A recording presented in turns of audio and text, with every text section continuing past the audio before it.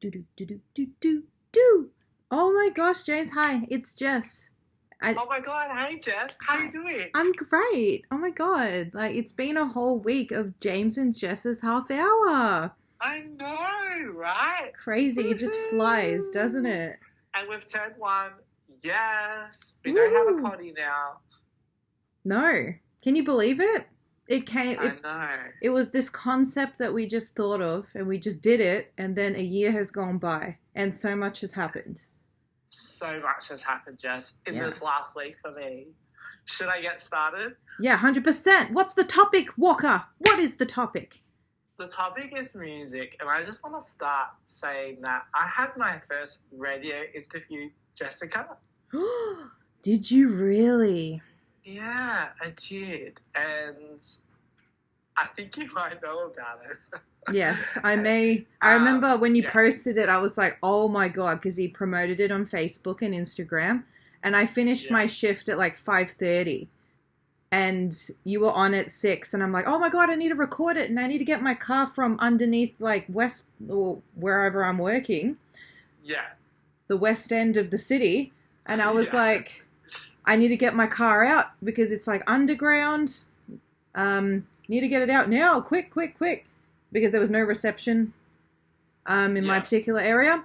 And then yes, I parked the car and I was waiting, and then I was waiting and waiting, and 15 minutes went by. Like it was like 6 p.m. and then it was 6:15. I'm like, where is this joker?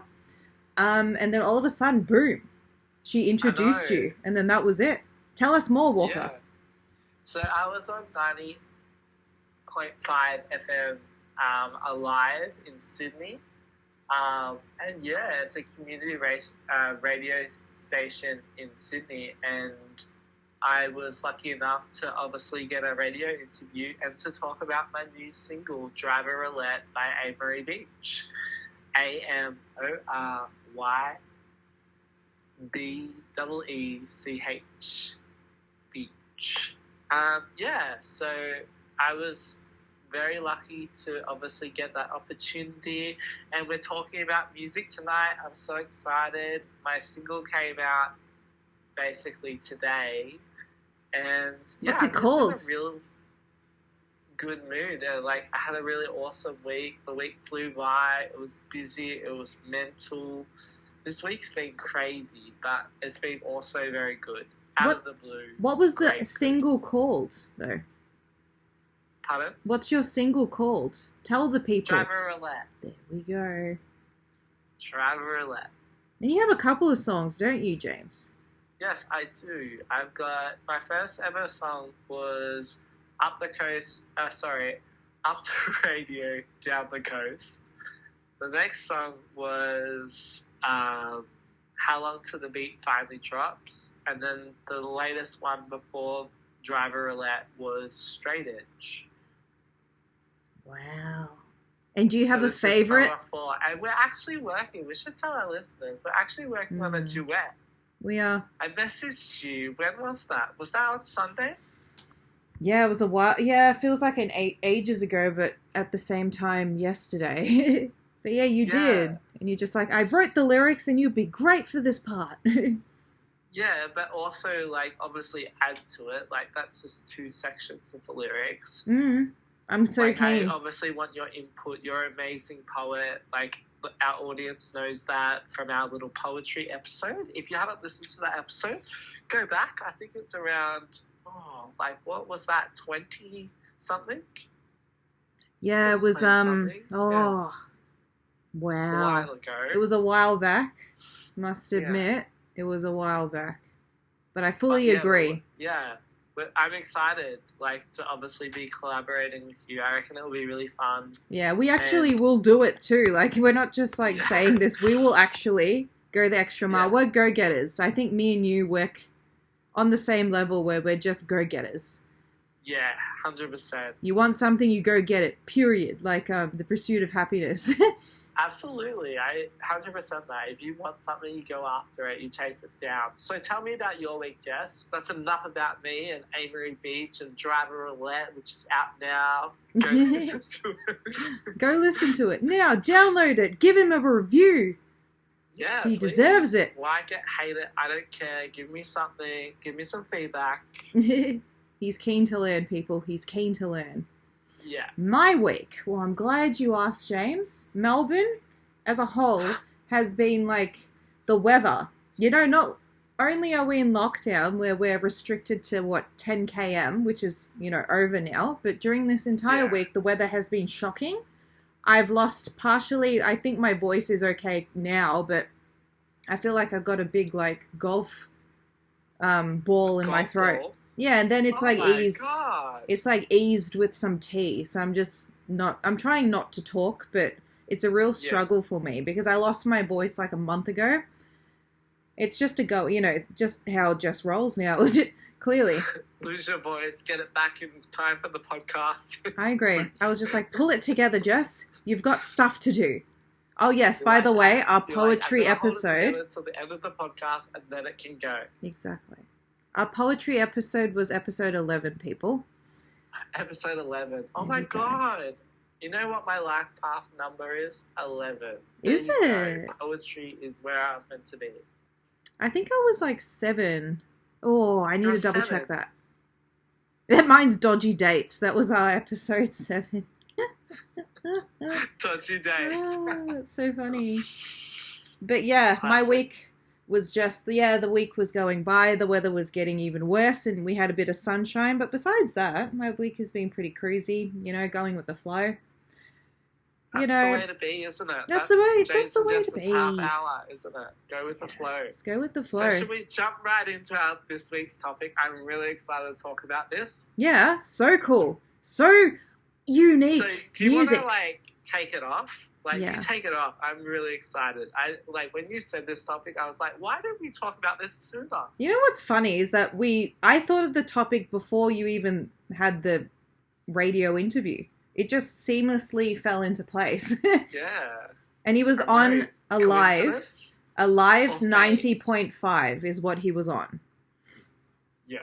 Right? New South Wales. It was a channel. But yes, music. Oh my gosh, there's so many genres. There's so many. It's funny because right now I'm in the middle of because it was number 1 for a while on Netflix, and I haven't watched anything that's in the top 10 for a long time since Bridgerton. Let's face it. Jess was fully satisfied until. Amazing. Go watch that, Darren. Yep. Yeah, go watch it. There's a bit of meat. I won't say anything more. A bit of meat. But, yes, music. I'm actually watching the Elvis Presley documentary because it was number 1 for so long. So it's called Elvis Presley, The Searcher, and it goes in depth as to how he created his sound and what inspired him as a child. And it was interesting. Wow. How it's on Netflix. It's on Netflix. I think it's dropped to 7 or something now. Yeah. The fact that you just mentioned that, everyone listening to our podcast, including me, needs to go watch that. You and need then to we watch can it. report back next week. And it's I think everyone has seen a documentary or some glimpse of this legend. But this particular documentary goes into depth as to how when he was a child, how his parents really struggled, and his parents, they were living in the poorest place in Tupelo, in America. And then he used to just, as he grew up, because he was a twin, people didn't know, but the twin... I actually did know that, and that his twin passed away and had a severe impact on his childhood. Yeah, so his twin came out first, passed away after that, and then he came out. So this all kicked off in the same night, and his name was Jesse. Severe impact indeed. Even with his mother was always, Elvis was his life, and he was a mama's boy, and when she passed away, it was severely tragic for him. And that was before he went off to war. Not war.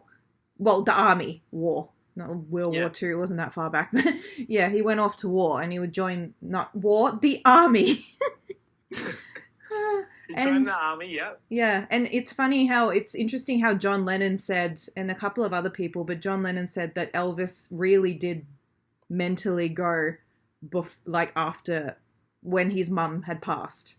And there was a big difference with his music, before he went to the army and then after. And he was it's interesting when he was a child, he used to go to the black areas of America where, the white folk were not meant to go.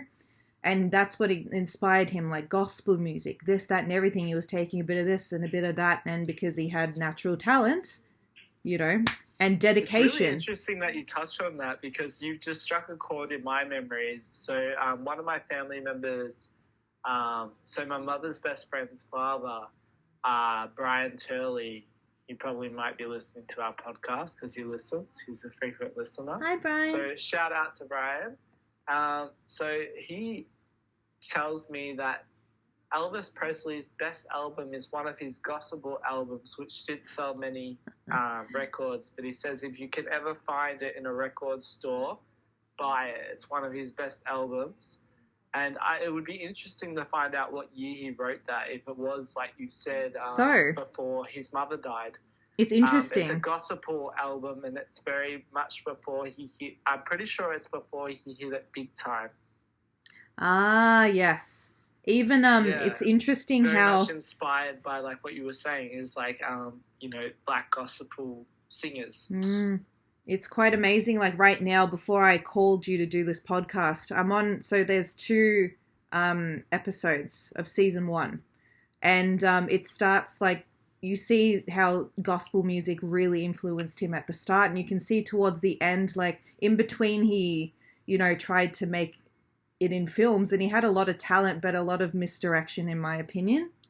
And on top of that, they're saying it's not like I was there, but they're saying like in the documentary how his manager wanted to make money basically and put him in certain roles where he would just not like make albums, but not albums he'd be passionate about. And this was the one person that actually knew not how to write. He never wrote, but he knew sound-wise what to go for.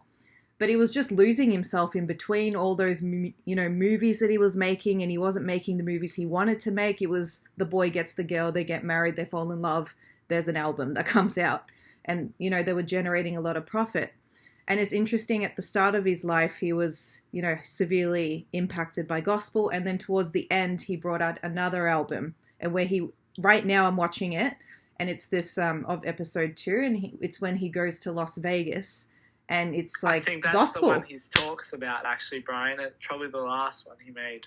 Yeah, it's actually quite interesting, and he's like, Priscilla is explaining, and they're showing clips how so Whitney Houston's mum was she used to help like Aretha Franklin. She was in a group back then, the Temptations or something it was called.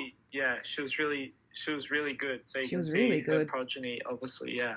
So she was the backup singer along with her group for Elvis in this Las Vegas tour. And you can just see, like, there's a moment where they show this clip and everyone's in sync. Elvis he was really nervous before we went on, but when he went on, the crowd, his natural talent will come out. And the backup singers, the drums, the bass, everything was just taking off, and the crowd are in tears. Like, it's actually quite interesting to watch. And I always felt like, for me, the person that's impacted me the most, that people know me very well, it would be Michael Jackson, 100%. I remember the first time. I remember you saying this to me in high school, especially the day he died. I remember that moment. I remember the first time I saw him, and I remember the day he died. And I like to share it. Like, I remember it was the 1995 MTV special, and he wore these. I remember the red gloves and the suits. And when I got older, I was on like a small TV, and we didn't get to record it at the time with my videos, like the VHSs. Yeah. And I remember so 95, I would have been 4. And I remember sitting in front of that really TV. Good early childhood memory. I really do. I remember this one where I was in tears, and I was like, who in the world is this? This is something out of the ordinary. And I remember shaking. And then my mum, after that, was like, my parents were just like, wow, she really loves this one guy. And before that, apparently my grandfather bought a cassette, and I used to be obsessed with Achy Breaky Heart by Miley Cyrus's dad, Billy Ray. Yeah. And then I saw Michael Jackson. It was Michael Jackson. That was it. And, I remember just being in tears. And then afterwards, like, my mum had, Off the Wall and Thriller, like all of his records. And I used to listen to it on repeat. And then as I got older, you know, the obsession didn't die. It was just that even to this day, it doesn't die. It comes and goes now, but still, like, whenever I see him on TV, I still get the same feeling. And I remember when he died, I was watching like a morning show, and they hinted like they were pulling out his the ambulance was pulling out from his driveway and they were rushing him, and I'm like, nah, these people can't die, like it's not possible. And I was walking to the bus stop, and then people were talking about it, and then I remember telling my friend Carolina that he had passed.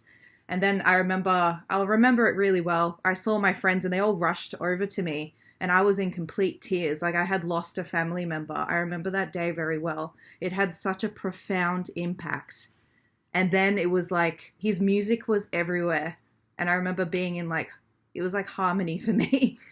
And I watched all of his interviews, and I used to like, my first time, like even when I heard of Google, and I used to go to a library, or I went to the library and I was like, Google, what's Google? And the first thing I researched was Michael Jackson, and I printed out his Wikipedia page, and I learned how to write by doing that. Like when I was really little, like I was trying to like do the letters and everything, like these people, like, and then from that, like, I can't even like put into words. Like it was always my dream to see him in real life, but my dream came true like 2 years after he died. I happened to be on a holiday in Los Angeles, and we were doing this Hollywood tour, and we just going past, we're seeing all these like houses. We were going to Miley Cyrus's house. Apparently it was on some hill at the time.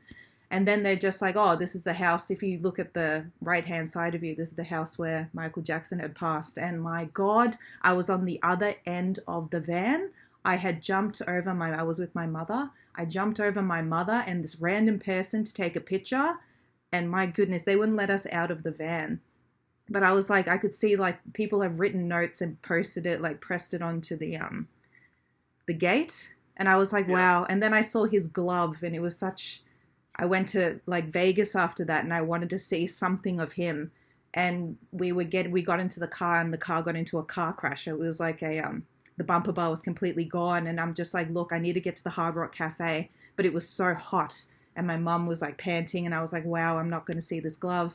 But you know me, I find a way. Got up at 6 a.m., made my way to the Hard Rock Cafe. And on top of that, it was at the back of the Hard Rock Cafe. And I stood there for about, my mum says it, like, if ever you come over and bring this up, I stood there for about half an hour in awe of this one glove.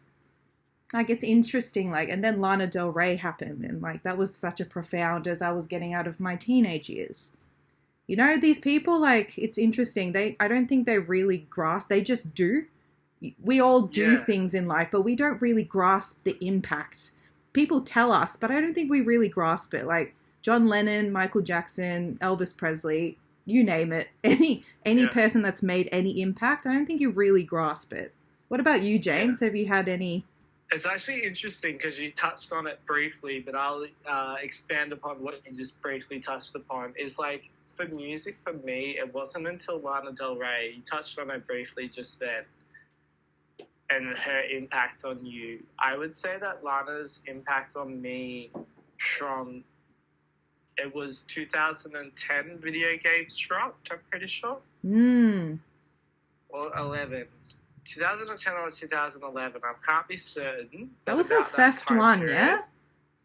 That video games dropped. And there's something I think about Lana that I can relate to. And I was actually talking about this today because obviously my 4th singles just dropped. And I was talking about like the influence of basically, you know how Lana has the ability to manipulate her voice? Yeah. I was actually explaining it to my friend Ashish. Hi Ashish, if you're listening. How you get people that manipulate the echo at the, you know, when, how do I explain? But she basically records her voice at different pitches and then layering.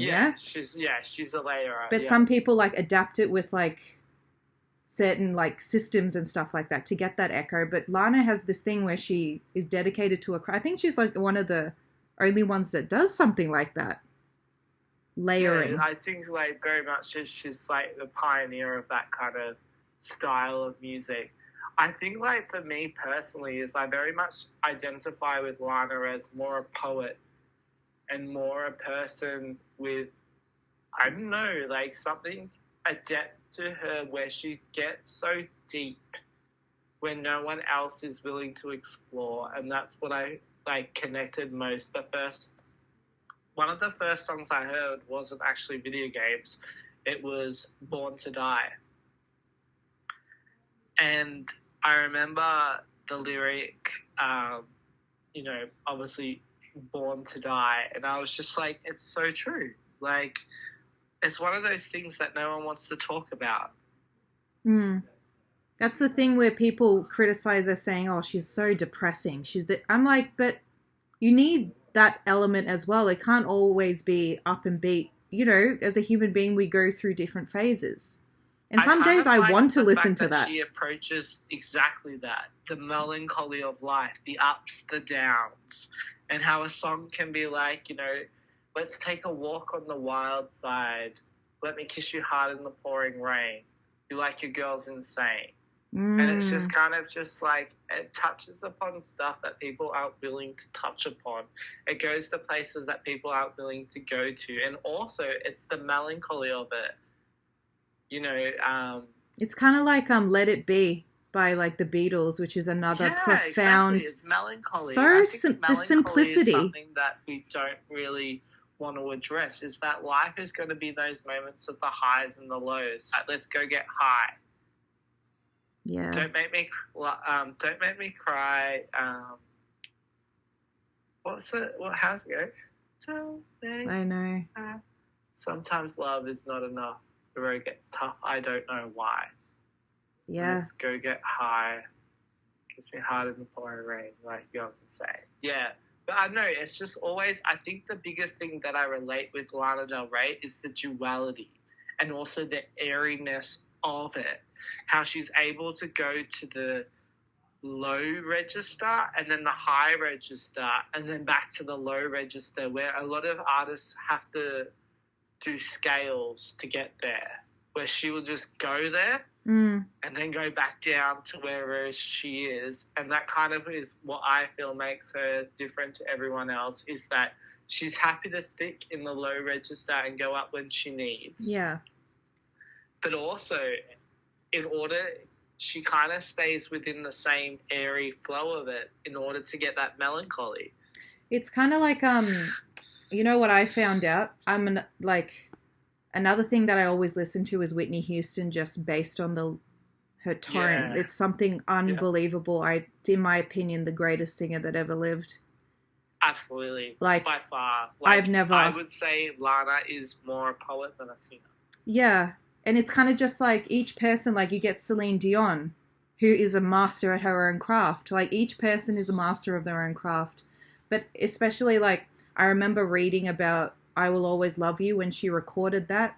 The radio stations and producers, everyone was like, this will be a flop because there's 1 minute of just Whitney and her vocals. They're like, you need some instrumental in there. People need a hook like straight away. Otherwise they're going to go to the next song. And I remember Kevin Costner was like, no, her tone is so seamless. It's going to pay off. And you know what? It became one of the greatest songs of all time, right? It still holds the record. It's I 100% something agree with you. You need to go with your gut. I actually, like, obviously expanding upon, I'm harping on about Lana Del Rey. I really like the fact that each album has been completely different. We started off with Born to Die, we moved to Paradise, we then moved to Ultraviolence, onto Honeymoon.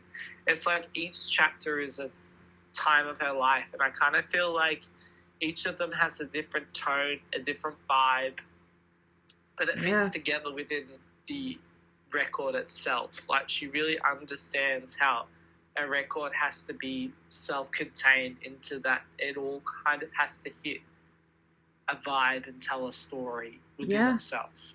It's kind of like I think the male equivalent would be, look, it's a big ask, but I would say like on that same level would be like John Lennon sort of a thing, like his lyrics. I think lyrically he's the greatest songwriter.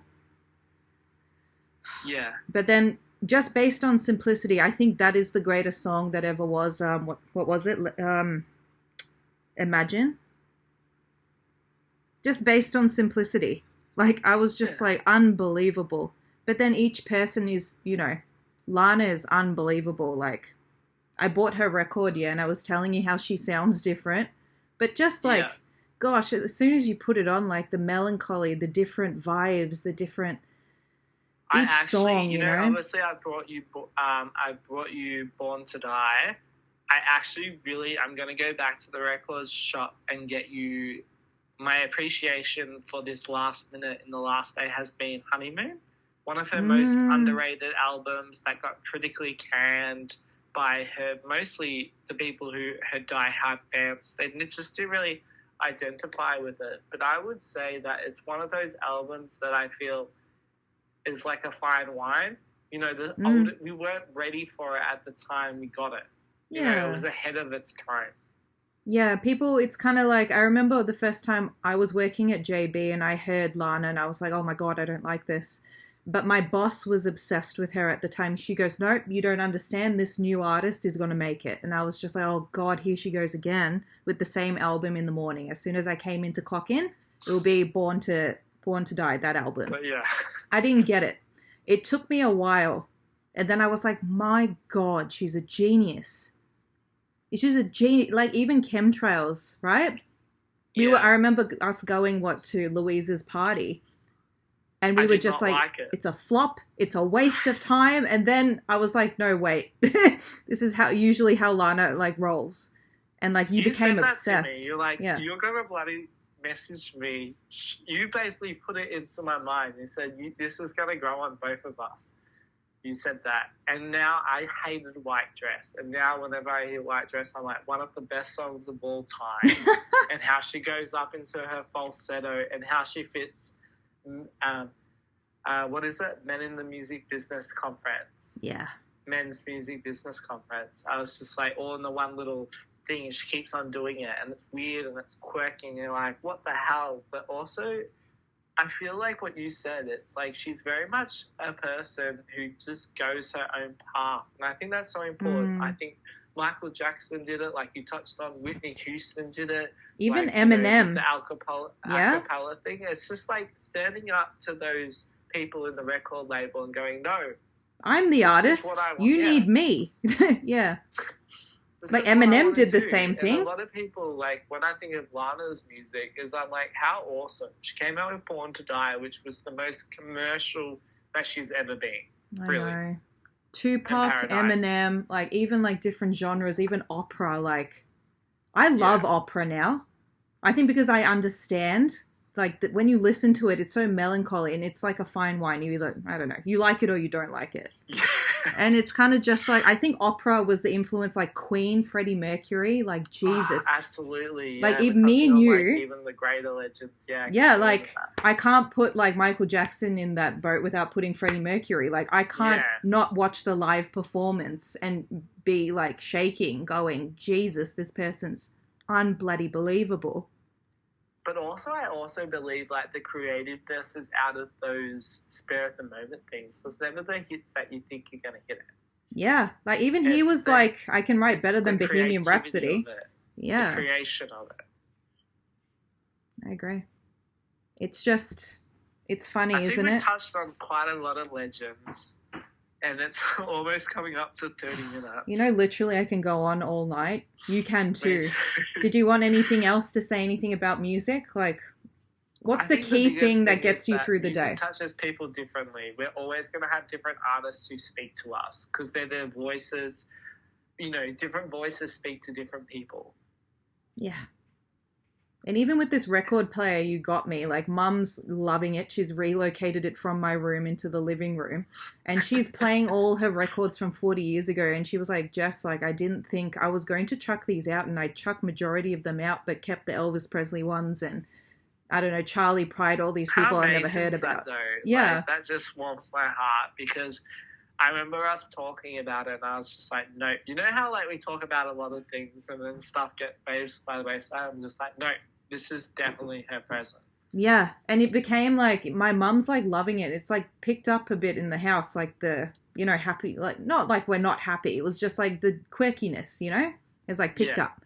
And it's all these like artists I never heard like 50, 60, 70 years ago. I remember my grandmother going on about Jim Reeves. I'm like, what? Like you hear these people maybe Christmas time, but mum's been Yeah. playing the albums and you're like, you know what? It's a different vibe and I kind of like it. Like it's good to listen to different decades, Jimi Hendrix, bloody Janis Joplin, all of them. Absolutely. It was a different time, and you can kind of hear it in the music, Yeah. like reflection. Yeah, like the context of where they were making music and why they were making it. Yeah, kind of like Bob Yeah, Dylan in a way. You listen to it, you're like, oh, that captured a moment in time. Like, I think that's the essence, isn't it? That even for you and your music, in your album, you're capturing your essence at a particular moment in time. absolutely. I actually wanted to just say massive thank you for obviously shooting my music video and making a debut director credit, and also cinematography credit. Oh, thank If you. people want to check it out, obviously go onto YouTube and you can check out Jess's first ever music video. And yeah, it just kind of happened, didn't it? Yeah, and a The massive flow of thank you it. for It was a you. moment in time. We captured it, and we kind of captured.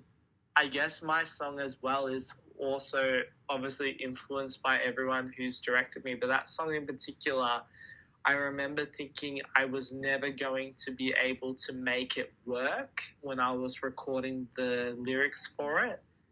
And then I basically was so close to giving up. And then, like you said, it's like in that moment of giving up, you find some freedom, and then it just comes to you and it just flows. And then you're like, okay, I get what the song should be about. Like what it was about isn't what it's about anymore. It's about something else. And then you find the flow of it and the lyrics of it. And then I cut out most of the lyrics and I was like, no, this is the hook. The hook is playing driver roulette under Sydney city lights. And then it came to me, and then I was just like, went from there, and I just recorded, and that became the song. See, and thank you for sticking to your dreams. A lot of people can think about it, but no one's actually doing it. So well done, And, James. and you're the one who actually told me to go do it. Yeah, just I bloody remember well that. do it. You'd be dead in like 100 years. Who cares? Exactly. You just got to do it. I say that to everyone. Everyone listening right now, whatever your dream is, no matter how ridiculous or far-fetched or like weird you think it might be, follow it through. Yes, because you only live once. And that's that for music, our topic for today. Thank you, James, for joining us. Thank you, Jess, for having me and for joining me. No worries, anytime. And we're recording, so this has been recorded and it's going to be posted on YouTube as well. Like, comment, subscribe, add us on Instagram, James and Jess Half Hour. Yeah, you have a lovely night and stay cool, stay safe. Love yous. Bye.